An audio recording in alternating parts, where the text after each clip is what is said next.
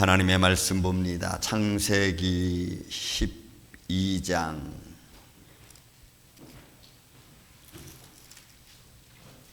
1절 말씀, 그 다음에 히브리서 11장 8절에 있는 말씀, 이렇게 두 절을 같이 한 목소리로 봉독을 합니다. 먼저 창세기 12장 1절.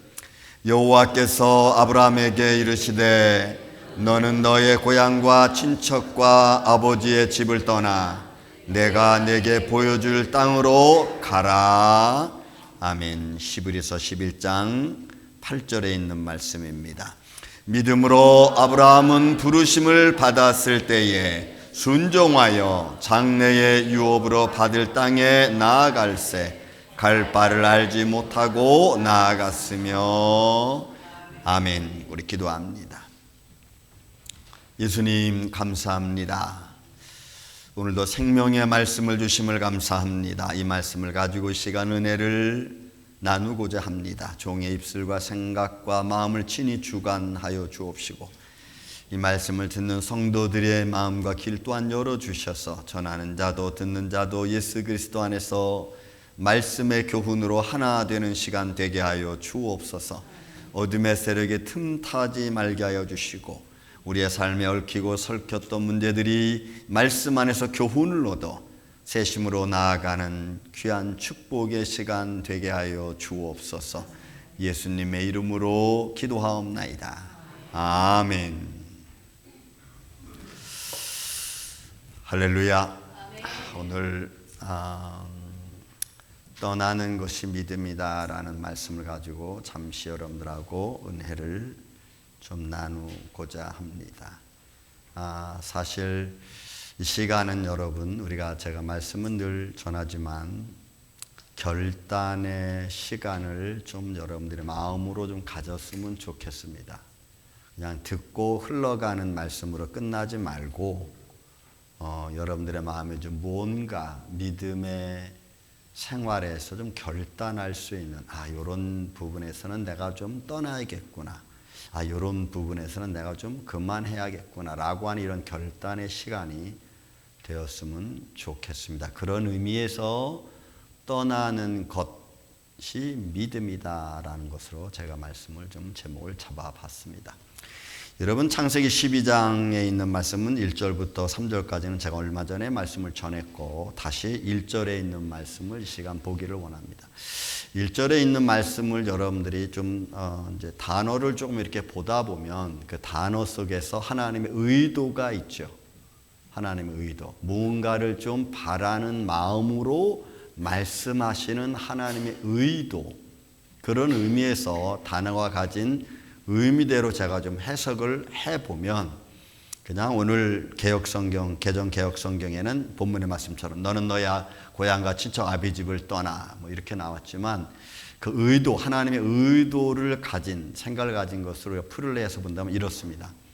여호와 하나님이 자신의 약속의 근거 안에서, 요 내용은 하나님이 의도하는 바입니다. 그 헬라 히브리 성경은 레라고 하는 그런 말씀으로 그냥 딱 하나로 되어 있는데 그런 의미예요.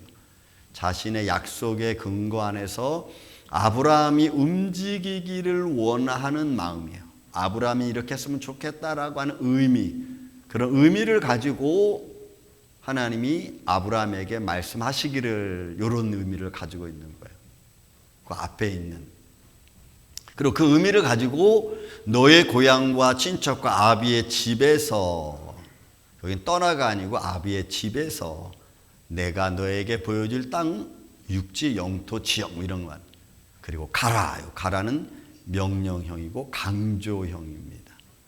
이런 의미로 되어 있는 거예요. 그러니까 이 말씀 한 구절 속에 하나님의 의도가 담겨져 있는 거죠. 그 의도는 하나님의 약속에 근거한 의도입니다. 그런데 그거는 하나님이 생략해 놓고 이렇게 지금 아브라함에게 하시는 말씀이에요. 그 말씀을 히브리서 내용은 조금 더 분명하게 어느 한 목표를, 어느 한 그 의미를 부여해 주고 있는데, 그 의미가 부름 받았을 때의 믿음으로란 말이에요. 이 믿음으로.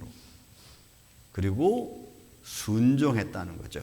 믿음의 마음을 가지고 그렇게 행동을 했다는 거예요. 그렇게 하기로 결정하고 앞으로 자기가 받을 유업의 땅, 그 땅이 어딘지 모르지만 지금의 현재에 있는 땅이 유업이 아니고 앞으로 내가 받을 유업의 땅을 그가 바라보고 그것으로 나아갔다는 거예요. 그런데 그것이 어딘지는 아직 몰라. 그런 의미로 하나님의 의도한 바를 히브리 기자는 조금 더 믿음적인 차원에서 그가 그렇게 순종하고 나아갔다는 것을 표현해 주는 의미가 여러분 히브리서의 말씀입니다. 이 두 말씀을 가지고 이 시간 저 여러분 좀 은혜를 좀 나누고자 하는 겁니다. 자, 금방 말씀드린 것처럼 창세기 12장 1절에는 본문에 있는 말씀처럼 떠난다는 의미는 없습니다. 그냥 개정개혁 성경이 번역하는 사람들이 성경적 이 해석을 이 흐름, 집을 떠나라고 하는 그런 말보다는 이 문맥의 전체적인 흐름 안에서 떠나다는 말을 쓰는 것이 전체적인 문맥에서 더 옳은 것 같아서 나을 것 같다라고 하는 의미에서 쓴 겁니다. 이 떠나라는 말을 거기다 붙였어요. 그런 전체적인 맥락의 흐름에서 기초해서 또는 강조하기 위해서 결국은 아비 집에서라고 하는 말을 아비 집에서 떠나 이런 말로 바꿨다는 말입니다. 그러니까 이 말씀은 마지막 가라라고 하는 말씀과 연결이 되어져 있는 것을 볼 수가 있습니다. 그래서 이 가라라고 하는 이 명령은 명령형이라고 했습니다. 그리고 강조형으로 되어 있습니다. 얄라크라고 하는 단어가 그런 의미로 되어 있어요. 그래서 말씀이 명령으로 되다 보니까 그런 명령으로 가라라고 할 때는 이것을 그냥 집에서라고 하는 말보다는 떠나, 집을 떠나라는 것이 더 낫겠다는 것이 성경 번역가들의 생각인 것 같아요. 저는 성경 번역하시는 분들도 성령의 감동에 의해서 번역을 했다고 저는 조금 믿고 싶습니다. 왜냐하면 문맥의 흐름을 잘 맞춰서 그런 단어를 사용하기 때문에 그래요. 그래서 아비 집에서라는 해석보다는 조금 더 강조 해석해서 명령적인 의미를 따라서 아비 집을 떠나 이렇게 했다는 거죠. 그런 의미에서 하나님의 뜻에 조금 더 맞게 어울리게 이 번역을 지금 해놓은 것을 우리가 볼 수가 있습니다. 그런 맥락에서 여러분 우리가 이 말씀을 보는 것이 조금 훨씬 이해가 좀 쉽습니다. 그래서 제가 제목을 떠나는 것이 믿음이라고 잡은 겁니다. 그러니까 단순히 그냥 떠나는 것이 또 믿음이다 이렇게 하는 게 아니고 문맥의 흐름에서 우리가 어디에서 우리가 떠나야 되는가, 어떤 상황에서 우리가 떠나야 되는가를 제가 여러분들에게 이 시간 말씀을 통해서 은혜를 나누고자 하는 것입니다. 반면에 아브라함이 하나님의 이런 명령을 듣고 가라고 하는 명령을 듣고 떠나지 않았다면 성경의 위대한 역사는 일어나지 않았을 겁니다. 여러분들이 하나님의 말씀을 듣고 감동을 받았습니다. 그런데 그 감동된 마음을 여러분들의 삶으로 실천하지 않으면 아무 역사도 일어나지 않습니다. 그래서 믿음으로 순종하여라고 하는 히브리 기자의 말이 왜 중요한가 하면은 그것이 하나님의 의도를, 하나님의 뜻을 이루기 위해 하는 삶이기 때문에 그래요. 그래서 저도 여러분도 이 시대를 살아가지만 이 시대 안에서 하나님 나한테 감동하신다. 그럼 감동을 왜 하실까? 나를 그냥 단순히 좋게 하기 위해서? 그럼 그것도 의미가 있겠죠. 하지만 그 안에는 하나님의 더 깊고 놀라운 하나님의 교훈과 그것을 통한 하나님의 축복의 삶이 담겨져 있기 때문이에요. 저는 그런 의미에서 떠나야 된다는 것을 강조하는 겁니다. 말씀드리는 겁니다. 그래서 먼저 우리가 봐야 될 것은 뭐냐? 믿음을 갖지 못하게 하는 안일한 삶. 여기서 우리는 떠나야 됩니다. 외부적인 환경과 요소, 어떤 풍요로움이 있을 수 있습니다. 믿음을 갖지 못하게 하는 삶의 환경, 이 안일한 삶에서 내가 떠나려고 하는 결단을 해야 됩니다. 이건 아니다라는 결단이 내려져야 돼요. 그냥 지지부지하게 이렇게 가는 것을 말하는 게 아닙니다, 여러분. 본문에 보면은 너의 고향이라는 말이 있어요. 너는 너의 고향과 친척 아비집 이럴 때 이 고향이라는 것은 에레츠 땅입니다. 영토, 대지, 지구 이런 여러 가지 의미가 있어요. 그러나 그런 여러 가지 의미 속에서 이 고향이라는 단어 가지고 있는 본문의 의도는 거주하는 곳입니다. 내가 지금 거주하고 있는 곳. 그리고 그 거주하는 곳의 또 다른 의미 중에 하나가 뭐냐면 죄가 머물러 있는 곳이기도 합니다. 그럼 죄가 머물러 있는 곳이라는 말을 우리가 쓴다고 한다면은 현 환경에서 내가 살아계신 하나님을 찾기 힘든 환경을 말해요. 살아계신 하나님을 찾아가기 힘들게 만드는 좋은 환경. 좋은 환경이 나쁜 게 아니고 그 좋은 환경이 하나님께 나아가는 것을 방해할 수 있다고 하는 겁니다. 그러니까 내가 사는 지역이죠. 또 내가 사는 삶의 거주지 너무나 익숙하고 너무나 평안하고 너무나 좋은 생활입니다. 마치 여러분 우리 그 시골 한국 문화를 보면 정이라는 사회가 있죠. 정. 어느 사람이 잘못했습니다. 이런 도둑질을 했습니다. 근데 그 도둑질을 했는데 그 사람이 와서 죄송합니다. 제가 너무 힘들어서 도둑질했습니다. 그러면 사람들이 거의 용서하고 이제 좀 용서해줘. 빌잖아. 잘못하다고 그러잖아. 그래서 이렇게 얘기하는 거예요. 근데 이 사람 마음은 솔직히 속으로는 진짜 도둑질 하고 싶었던 거예요. 그런데 사람들이 말합니다. 에이, 용서해줘. 너 얼마나 힘들었으면 그렇겠어. 하면서 용서를 해주는 거예요. 그럼 여러분, 여기에 뭐가 포함이 되냐면 그 정의라는 말 때문에 공의와 질서가 파괴되어집니다. 나쁜 사람들은 그것을 이용하죠. 그래서 공의가 파괴되고 질서가 파괴되는 것을 그 사람들은 아무렇지도 않게 생각해요.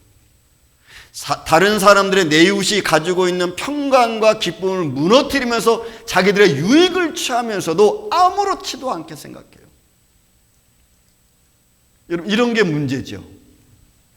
여러분, 제가 DEI라는 여러분들은 많이 알죠. 이제 요즘은 이 문제가 지금 민주주의라는 말 때문에 이게 지금 바뀌어지고 있죠. WT, Equality, Inclusion. 여러분, 다양성입니다. 그 다양성에 대하여 사람들은 에이, 그 틀린 거 아니야, 그 나쁜 거 아니야. 이런 거 다양한 거잖아. 사람들이 이런 사람도 있고 저런 사람도 있고. 그걸 우리가 평준화로 봐야지. 왜 사람을 차별하려고 그래? 그래서 여러분, 도덕의 윤리가 무너져 내리고 말았습니다. 포용성입니다. 민크루전이라는 이 포용성이 우리가 그런 사람들을 포용하지 않으면 어떡하겠어? 그러면 그 좋은 의미지만 그 좋은 의미가 나쁘게 사용하는 사람들이 너무 많아져요. 그래서 그거를 질서를 잡으려고 하니까 이제 다양성과 평등성과 이 포용성이라는 말에 이게 안 되는 거예요. 이게 너무나 평준화돼 버렸으니까. 이런 의미를 말하는 겁니다. 그러니까 내 고향이라고 하는 것이 내 삶이 너무나 편안한 거예요. 너무나 좋은 거예요. 뭐 굳이 내가 움직이지 않아도 내가 가지고 있는 삶의 모습에서 충분히 누릴 수 있는 거예요. 금방 말씀드린 것처럼 이거는 하나님을 잃어버리게 만드는 삶의 환경일 수 있다면 그러면 그 상황에서 떠나라는 겁니다. 왜냐하면 죄가 머물러 있는 곳에 의미 있다고 제가 말씀드렸습니다. 내가 거주하는 곳이 나로 하여금 편안하게 할 수 있는 그 상황이 하나님으로부터 멀어지게 만드는 상황이라면 그것은 죄의 확률이 훨씬 높죠. 왜냐하면 지금 아브라함의 상황은 아버지 데라가 우상 만드는 사람입니다. 여러분, 우상 만드는 삶이기 때문에 여러분, 아버지 데라가 우상을 만들 때 아브라함은 도왔을까요? 안 도왔을까요? 여러분들 생각에 데라에게는 세 아들이 있었습니다. 아브라함과 나홀과 하란이라는 세 아들이 있습니다. 여러분, 이 아들들이 아버지의 일을 도왔을까요? 안 도왔을까요? 여러분, 제가 2014년에 성지순례 갔을 때 베들레헴이라는 지역을 둘러봤습니다. 그리고 그 베들레헴 지역이라는 동네하고 그다음 바로 그 옆 동네 얼마 안 가 걸어서 한 10분 20분 정도 되는 거리에 찌포리라고 하는 곳이 있습니다. 그 찌포리는 로마 당시에, 그러니까 예수님 당시인 로마 그 시대에 그 찌포리라는 동네가 굉장히 번화가로다가 길을 딱 닦고 넓게 길을 닦고 그 다음에 건물을 세웠습니다. 저희를 인도했던 그 목사님이 그런 말씀을 합니다. 예수님이 그 당시에 젊으셨는데 예수님이 여기 와서 돌을 나르는 일을 했을까요? 안 했을까요? 제가 그 말을 듣는 순간 뭔가 좀 번쩍 뛰었습니다. 우리는 예수님이 순고하고 고고하고 그 다음에 집에 가만히 앉아있고 말씀 묵상하고 이런 식으로 예수님의 젊은 시대를 보면은 안 돼요. 저 예수님도 그 베들레헴이 굉장히 낙후한 지역이거든요. 가난한 지역이에요. 그래서 그냥은 살 수 없어요. 뭔가 일을 해야만 했습니다. 그러면 예수님도 충분히 거기에 나가서 노역을 할 수 있었겠다. 이건 아버지 데려가 우상을 만듭니다. 뭐 한 개, 두 개 만든 우상이 아니고 집단적으로 만드는 일이었다면, 여러분, 그 당시에는 족장 시대입니다. 그래서 그 족장 시대 때에 족장이 우상을 만들 정도면은 그의 아들, 세 아들은 충분히 돕고도 남았을 거예요. 여러분, 환경이 중요합니다. 아브라함은 아버지의 일을 도왔을 거예요. 그러니 그런 환경 속에 있는 아브라함, 그리고 족장입니다. 이런 상황에서 믿음을 갖지 못하는 그런 환경이라면 떠나야죠. 그래서 하나님이 아브라함을 부릅니다. 아브라함아, 너는 너의 고향 본토 친척 아비 집을 떠나라. 왜? 거기서는 내가 하나님 말씀을 듣고 믿음의 삶을 살 수 없거든. 사람들은 좋아서 못 떠나는 상황이 있죠. 왜? 이 좋은 환경을 버리면 내가 어떻게 살지? 이 좋은 환경에서 내가 벗어나면 나는 뭘 하고 살지? 이래서 못 떠나고, 때로는 너무 힘들어서 가는 게 힘들고, 여러분, 그래서 우리가 못 떠나. 오늘날 여러분들은 믿음의 길을 가려고 하는데 왜 그 길을 못 가게 합니까? 못 가게 하는 원인들이 뭘까요? 좀 믿음의 생각을 하고 믿음의 결단을 내리고 믿음의 행위를 하려고 하는데 안 돼. 그 안 되게 하는 것들이 여러분 뭐예요? 여러분들 삶 속에서. 이건 아비 집과 친척입니다. 너의 고향과 아비 집과 친척. 그죠? 이 친척과 아버지라고 하는 이 상황은, 이 친척이라는 단어가 원래 테트라고 하는데, 이건 혈통적인 것을 말해. 혈통적인 것. 여러분, 저도 임금 우씨의 문성궁파 장손입니다. 그래서 단양에 가면요, 제가 여러분 족보가 굉장히 높아. 우왕의 27대 손이에요. 제가 어리석을 우자가 아니고 임금 우자예요. 우자가. 그 족보에 이름, 제 이름이 딱 올라가 있어. 27대 손 장손으로. 뭔 의미가 있어요? 그러니까 내 삶의 테두리, 내 삶의 환경, 이런 걸 의미하죠. 여러분, 아브라함은 안 떠나도 돼요. 왜니 이미 아버지가 족장에 있고 족장의 대를 잇는 삶이기 때문에 그냥 편안합니다. 그 생활이 갖는 편안함이 있잖아요. 부족함이 없어요. 그런데 특별한 무슨 목적도 없어. 그냥 주어진 삶이니까 주어진 삶에서 그렇게 살아가면 됩니다. 제가 얼마 전에, 올해 초에, 여름에 어느 한 목사님 부부를 만났습니다. 박 목사님이라는 부부인데, 그 목사님이 아이티 선교를 하다가 코로나 전에 나와서 그리고 다시 한국에 갔어요. 한국에 갔더니 그 목사님을 아는 어떤 교회에서, 목사님 우리 교회 와서 목회 좀 해주세요 해가지고 그 목사님이 그 교회를 갔습니다. 아파트 지역 내에 있는 교회다 보니까 그분이 목사님 부부가 갔을 때는 교회가 교인이 없었어요. 근데 이분이 2년 동안 목회하면서 교회가 잘 성장을 했습니다. 성장을 하는데 이 목사님 부부는, 목사님도 그렇고 사모님도 그렇고, 늘 IT에 있는 교회가 생각이 나고 그 성도들이 생각이 나고 아이들이 생각이 나는 거예요. 교회가 성장하는 거하고는 상관없이 늘 마음이 거기에 가 있는 거예요. 그래서 하다가 결국은 2년 목회하고 안 되겠다고, 제가 죄송하지만 전 IT로 가야겠다고 하고는 미국에 왔어요. 그 저를 만났어요. 그래서 이런저런 이야기를 나눴습니다. 제가 물었습니다. 아니, 한국 교회에서 목사님에게 목회 자리를 내어주고 좋은 위치에서 하나님의 교회를 잘 섬기는 것도 나쁘지 않지 않느냐 했더니 그분 목사님 하시는 말씀이 아닙니다, 목사님. 그 생활도 나한테 편안하고 좋지만 내 마음속에, 내 부인 마음속에 항상 IT에 대한 생각이 너무나 막 간절해서 지금 잘 되어지는 현장이 그렇게 좋지 않대요. 그래서 그분들이 그 자리를 그냥 딱 내려놓고 IT 가기 위해서 여러분 미국에 들어온 거예요. 저는 여러 가지 생각했어요. 어느 게 옳은 건가? 하나님이 이 목사님을 쓰시는데 어느 곳에 쓰는 것을 더 원하시는가? 좋은 환경에서 위치해도 할 수 있어요. 그러나 그 마음이 자꾸 IT로 가는 거예요.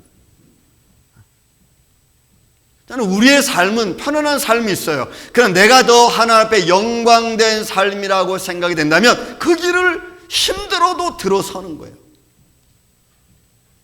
이게 여러분 쉽지 않아. 내 삶이 지금 편안한 가운데 있는데 그 편안함을 버리고 그리고 조금 더 힘든 상황으로 가는 게 어렵다는 거예요. 여러분 믿음의 생각들은, 믿음의 생활들은 거의 다 생활은 다 힘듭니다. 저는 힘들어요. 믿음의 생각을 하는 사람들은 거의 다 생각이 힘들어요. 믿음을 남에게, 믿지 않는 사람들에게, 믿음이 연약한 사람들에게 보여주어야 되기 때문에도 힘들고 때로는 믿음의 생각을 하는 게 어려워요. 왜? 육신적인 즐거움이 있어요. 순간적인 즐거움이 있어요. 그런 즐거움을 이웃을 돕는 즐거움으로, 하나님 앞에 영광과 찬양을 드리는 즐거움으로 바꾸는 게 여러분 이게 어려운 거예요. 이게 너무 힘들어. 제가 매년 미얀마를 갑니다. 미얀마를 갈 때 우리 성도님들이 와서 목사님 미얀마 선교원금 이렇게 또는 어떤 분들은 목사님 가시다가 시장 가시면 같이 음식 사 드세요.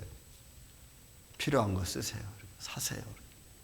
그러면서 그분들이 이야기를 합니다. 목사님 죄송합니다. 많이 드리지 못해서 죄송합니다. 여러분 그건 죄송한 게 아니잖아요. 이것밖에 못 드려서 죄송합니다. 그건 죄송한 게 아니잖아요. 왜요? 그분이 그만큼의 물질을 성경으로 내놓으면 자기가 그만큼 쓸 걸 안 쓰는 거잖아. 그런 여러분 그건 죄송하고 미안한 게 아니죠. 아름다운 거죠. 자기가 쓸 것을 안 쓰고 봉사하는 거잖아요. 이웃을 위해서 봉사하는 거잖아요. 거기에는 자기만의 기쁨이 있어. 자기만의 즐거움이 있어. 하나님을 향한 기쁨이 있어요. 그러니까 믿음의 생각을 하고 믿음의 생활을 하려고 하는 사람들은 그만큼 하는 것만큼 힘든 거예요. 물질로 여러분 천불을 합니까? 그럼 천불만큼 힘든 거예요. 그런데 그 길을 우리는 그냥 감사하는 마음으로 가는 거예요. 그래서 믿음의 생각과 믿음의 생활을 하는 것, 내 삶의 환경에서 좋은 것, 내 순간적이고 육신적인 기쁨을 내가 내려놓고 그걸 내가 내 기쁨으로가 아니라 하나님의 기쁨을 위해서, 이웃의 기쁨을 위해서 내놓는다? 이게 어렵다는 거예요. 아브라함이 족장의 위치에서 자기의 삶을 내려놓고 방랑자의 삶을 간다는 게 여러분 이게 어려운 거지. 자기 그냥 편안히 있으면 돼요. 움직이지 않아도 돼요. 근데 그는 움직입니다. 믿음을 갖지 못하게 하는 이 편안한 삶 속에서 나는 어떤 삶을 하고 있는가? 만약에 믿음을 잃어버리게 하는 그런 만드는 삶의 현장이 있다면 여러분 우리는 떠나야 돼요. 그런데 그걸 끝까지 붙들고 있으면 과연 내 믿음은 성장할까? 아니면 성장하지 못할까?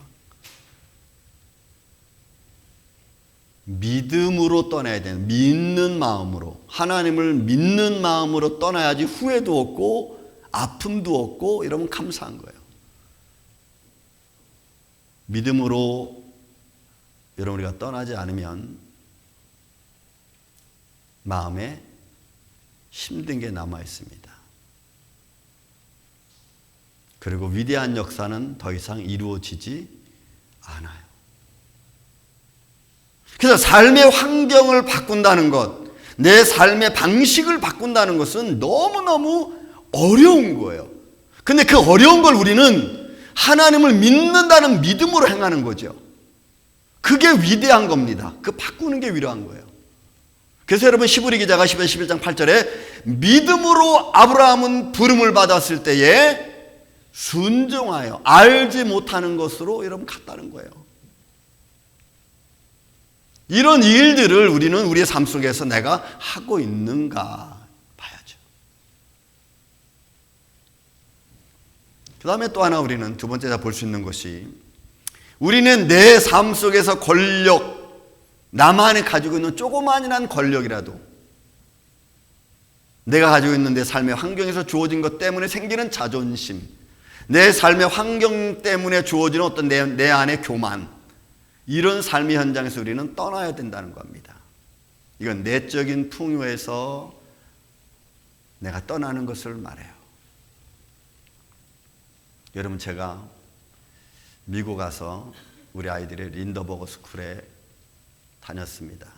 내가 이제 오후에 아이들을 픽업하러 쫙 가는데 그 할아버지 할머니들이 이렇게, 그죠? 근데 제가 오히려 좀 빨리 갔어. 그랬더니 그 할머니가 막 쫓아오더니 그 노란 깃발을 들고 막. 그 내가 섰어요. 왜 이렇게 빨리 가냐는 거예요. 그러더니 여기 스탑하고 있으래. 너 경찰 부르겠대. 그래서 제가 속으로 그랬습니다. 깃발 하나의 권세가 엄청나구나. 이야. 여러분, 거기는 아무 소리도 못해. 그 할머니한테 뭐 한마디 더 했다가는 그때부터는 더 문제가 커져. 그러니까 I'm sorry. I'm sorry. 그랬더니 막 화를 내더니 경찰 오기 전에 one notice.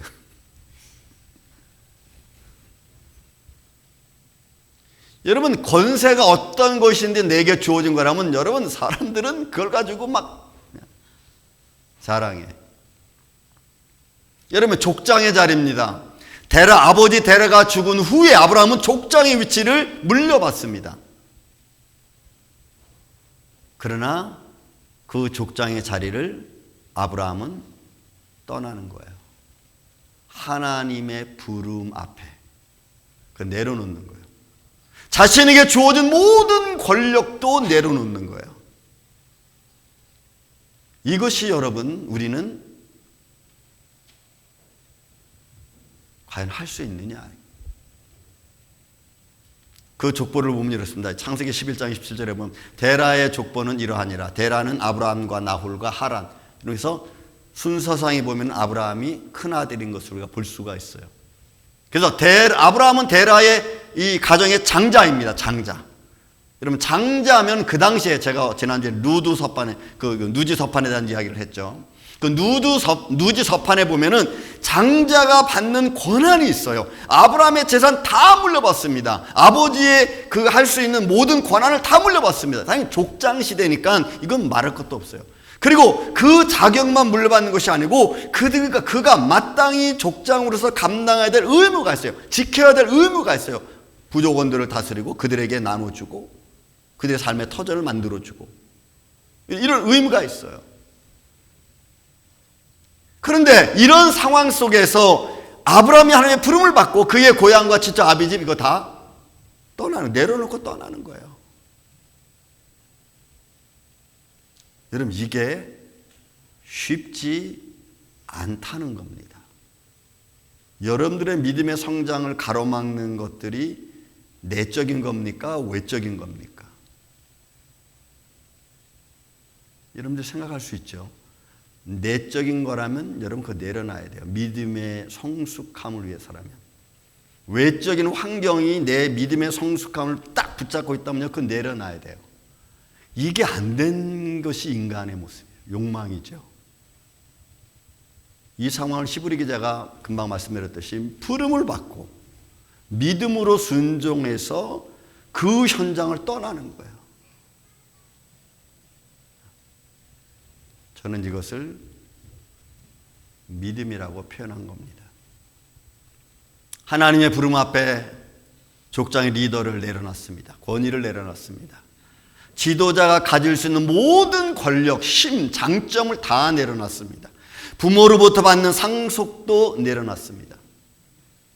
그러니까 세상이 나를 지켜줄 수 있는 모든 것에서 아브라함이 여러분 떠났다는 거예요. 세상에 주는 기쁨과 즐거움에서 그는 그걸 내려놓고 떠났다는 거예요. 우리는 이게 잘 안 됩니다. 어렵습니다. 그래서 믿음의 성숙함을 우린 이루지 못하고 성숙할 때쯤 되면은 무너지고 또 무너지는 거예요. 족장에 가질 수 있는 좋은 환경, 편안한 생활, 말 한마디면 착착착 부족원들이 이루어지는 그런 모습을 느끼며 바라보는 족장의 기쁨, 이거 다 내려놓는 거예요. 그리고 새로운 길을 향해서 그는 방랑자의 삶을 삽니다.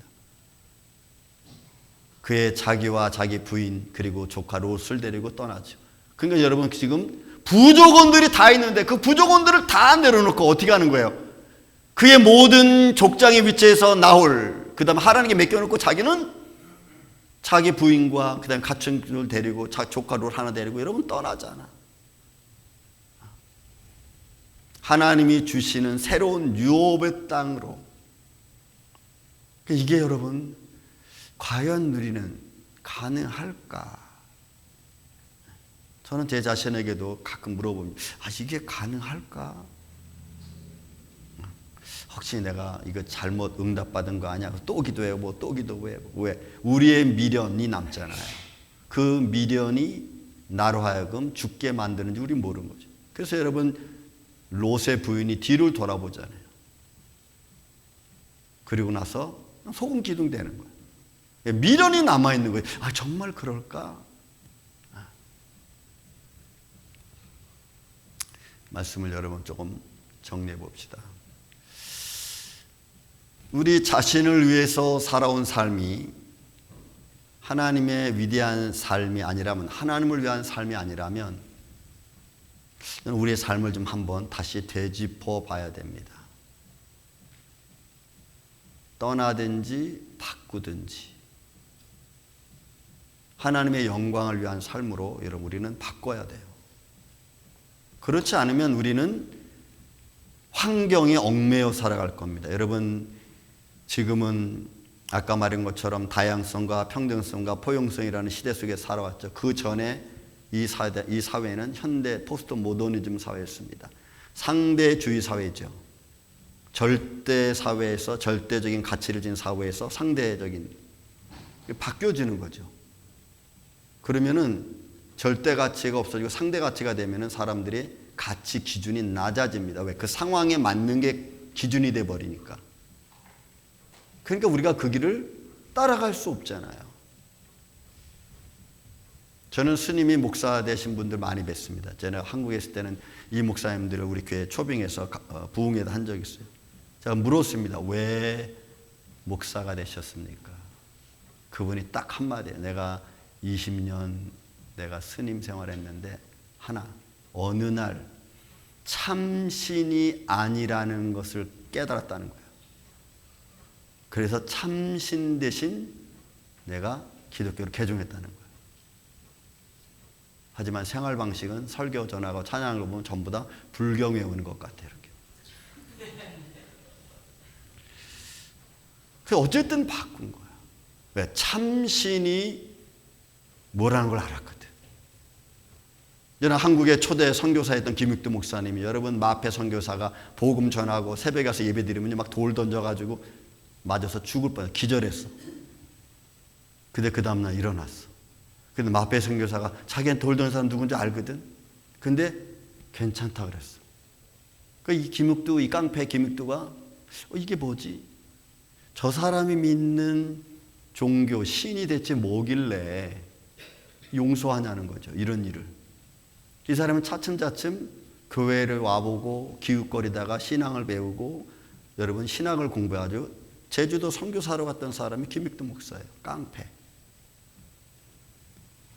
믿지 않던 자리에서 좀 부족하고 연약한 자리지만 이것이 믿음의 길이라면 그 길로 가는 거죠. 하나님을 영화롭게 할 수 있는 하나님을 위한 영광을 위한 삶이라면 우리는 그 길을 가는 거예요. 내 삶의 위치 떠나는 거죠. 바꾸는 거죠. 그 삶을 바꾸지 않으면 우리는 바뀌지 않아요. 교만의 현장에서 우리는 떠나야 됩니다. 믿음의 욕심의 현장에서 우리는 떠나야 됩니다. 내 삶에 시기와 질투가 있다면 그 시기와 질투 현장에서 내가 떠나야죠. 떠나야만 됩니다. 자만심의 그 자리에서 또는 자존감의 자리에서 내가 나를 높이는 교만의 자리에서 우린 떠나야 돼요. 내가 잘난 척하는 자리가 된다면 너는 그거 내려놔야 돼요. 왜? 나를 드러내는 것이 아니니까. 여러분, 이런 것들은 다 우리의 믿음을 잃어버리게 만드는 겁니다. 만약에 지금 여러분들이, 저나 여러분이 어느 위치에 있습니까? 어느 자리에 있습니까? 어느 환경에 있습니까? 하나님을 향한 우리의 믿음을 떨어지게 하는 거라면, 잃어버리게 만드는 거라면 여러분 그 자리를 떠나십시오. 그것이 믿음입니다. 그것이 하나님을 인정하는 자리입니다. 하나 말씀드리고 마치겠습니다. 여러분 32가에 여러분들이 말만에 다 알는 뉴욕곰탕의 장로님이 있습니다. 그 장로님이 저랑 좀 잘 알아요. 그 장로님이 2000년도 초에 버겐 블루바드에서 장사를 했습니다. 근데 그분이 주일날을 문을 닫았어. 장로님이시니 문을 닫았어. 3년 하다가 문을 또 닫았어. 그리고 그분이 저한테 이야기하는 끝에, 여러분 이야기하는 끝에, 하나님을 섬기며 주의를 지키는 것이 참 어렵습니다. 3년을 버티다가 문 닫았어. 저는 그 말씀, 그 의미를 압니다. 왜 요식업을 하시는 분들이 주일날에 문을 열 수밖에 없는지. 저 의미를 알죠. 그리고 그분의 말 끝에 하나님을 사랑하고 주의를 지키는 것이 어렵습니다. 여러분 그렇습니다. 믿음을 지키는 것은 한 번 지켰다고 끝나는 게 아니잖아요. 하나님을 영화롭게 하는 것이 한 번 하고 끝나는 게 아니잖아요. 그 길을 우리가 끝까지 가야 돼요. 다만 불안한 것은 그 끝이 어디인지 우리는 모르기 때문에, 하나님이 언제 어느새 어떤 시간에 역사할지 우리는 모르니까 그 모르는 게 우리를 불안하게 하고 힘들게 하는 것 아니겠어요? 여러분 그것까지도 우리는 하나님께 맡기고 달려가는 이 아침에 저와 여러분 되시기를 예수님의 이름으로 축원을 드립니다. 사랑과 은혜가 많으신 아버지 하나님 감사합니다. 오늘 떠나는 자의 마음, 우리의 삶에서 하나님의 영광을 찾지 못하고 또 하나님의 기쁨을 잃어버리는 곳이라면 우리가 단호하게 순종하는 마음으로 믿음을 갖고 떠나 하나님을 영화롭게 할 수 있는 인생 되기를 원합니다. 때로는 힘들고 어렵다 할지라도 그 길을 주님이 지켜주시고 역사하여 주시고 때로는 축복하여 주옵소서. 이런 주님의 말씀 안에서 행동하고 또한 따라가기를 원하는 사는 성도들에게 큰 은혜를 더하여 주시길 원하옵고 예수님 이름으로 기도하옵나이다. 아멘.